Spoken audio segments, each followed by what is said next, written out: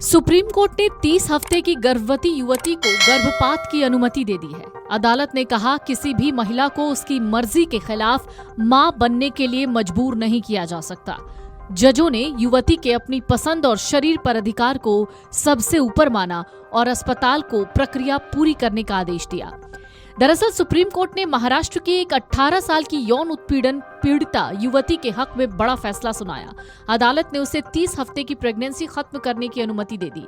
ये युवती तब गर्भवती हुई थी जब वो नाबालिग थी। जस्टिस बीवी नागरत्ना और जस्टिस उज्जवल भुइयां की बेंच ने सुनवाई करते हुए कहा कि युवती की शारीरिक अखंडता और अपनी मर्जी से फैसला लेने का अधिकार सबसे ऊपर है। अदालत ने साफ किया, कोई भी अदालत किसी महिला को अनचाही प्रेगनेंसी जारी रखने के लिए मजबूर नहीं कर सकता। जजों ने कहा अगर कोई महिला बच्चा नहीं चाहती तो उसके लिए मजबूर नहीं हो सकती। बेंच ने युवती के वकील की दलीलों को स्वीकार करते हुए कहा अपीलकर्ता के बच्चे का मेडिकल तरीके से गर्भपात किया जा सकता है। सुनवाई के दौरान जस्टिस नागरत्ना ने इस मामले की गंभीरता और नैतिक उलझनों पर भी बात की। उन्होंने कहा ये फैसला लेना उनके लिए भी आसान नहीं था क्योंकि जन्म लेने वाला बच्चा भी एक जीवन होता है। लेकिन उन्होंने ये भी कहा कि जब लड़की बार बार कह रही है कि वो बच्चे को जन्म नहीं देना चाहती तो उसकी इच्छा का सम्मान करना होगा। अदालत ने सवाल किया कि अगर कानून 24 हफ्ते तक गर्भपात की इजाजत देता है तो विशेष परिस्थितियों में 30 हफ्ते में ऐसा क्यों नहीं किया जा सकता। बेंच ने यह भी साफ किया कि मुद्दा ये नहीं कि संबंध सहमति से बने थे या ये उत्पीड़न का मामला था। मुख्य तथ्य ये है कि होने वाला बच्चा वैध नहीं है और दूसरा, लड़की इस समय एक कठिन स्थिति में है और वो मां नहीं बनना चाहती। अगर मां के हितों को ध्यान में रखना है तो उसे मर्जी से फैसला लेने का अधिकार दिया जाना चाहिए। सुप्रीम कोर्ट ने मुंबई के जेजे अस्पताल को आदेश दिया कि वो लड़की के गर्भपात को मेडिकल तरीके से खत्म करे। आपको बता दें, नाबालिग लड़की 17 की उम्र में प्रेग्नेंट हुई थी और अब वो 18 साल और 4 महीने की है। अब उसकी प्रेगनेंसी 30 हफ्ते की हो गई है।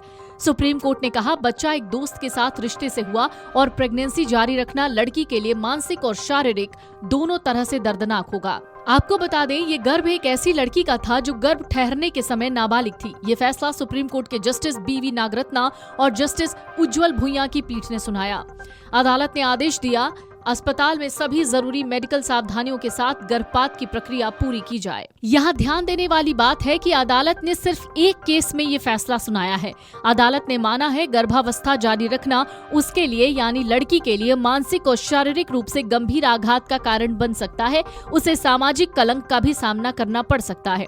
मेडिकल बोर्ड की रिपोर्ट में गर्भ खत्म करने की अनुमति देने पर किसी गंभीर जोखिम का संकेत नहीं था। इन परिस्थितियों को देखते हुए सुप्रीम कोर्ट ने गर्भ समाप्त करने की अनुमति देते हुए कहा कि युवती की ओर से लिखित सहमति दी जाएगी। तो आपको बता दें, सुप्रीम कोर्ट ने अहम फैसला सुनाते हुए कहा है एक महिला, खासकर नाबालिग लड़की को गर्भ पूरा करने के लिए मजबूर नहीं किया जा सकता। इसके साथ ही कोर्ट ने 30 हफ्ते की गर्भावस्था को खत्म करने की अनुमति भी दे दी है। सुप्रीम कोर्ट का ये फैसला एक पर्टिकुलर केस में सामने आया है। अदालत ने ये साफ कहा है ये सवाल अहम नहीं कि संबंध सहमति से था या नहीं, बल्कि सच्चाई ये है कि लड़की नाबालिग है और वो मां नहीं बनना चाहती है। सुप्रीम कोर्ट ने अपने फैसले में कहा अगर मां के हित को देखा जाए तो उसकी अपनी पसंद और फैसला लेने के अधिकार को पूरा महत्व देना होगा। अदालत किसी भी महिला को, और वो भी नाबालिग हो, जबरन मां बनने के लिए मजबूर नहीं कर सकती। Video desk amarujala.com। अगर आप ये वीडियो YouTube पर देख रहे हैं तो हमारे चैनल को सब्सक्राइब कर बेल आइकन दबाएं और Facebook पर देख रहे हैं तो हमारे पेज को लाइक करें। अगर आप ये वीडियो YouTube पर देख रहे हैं तो हमारे चैनल को सब्सक्राइब कर बेल आइकन दबाएं और Facebook पर देख रहे हैं तो हमारे पेज को लाइक करें।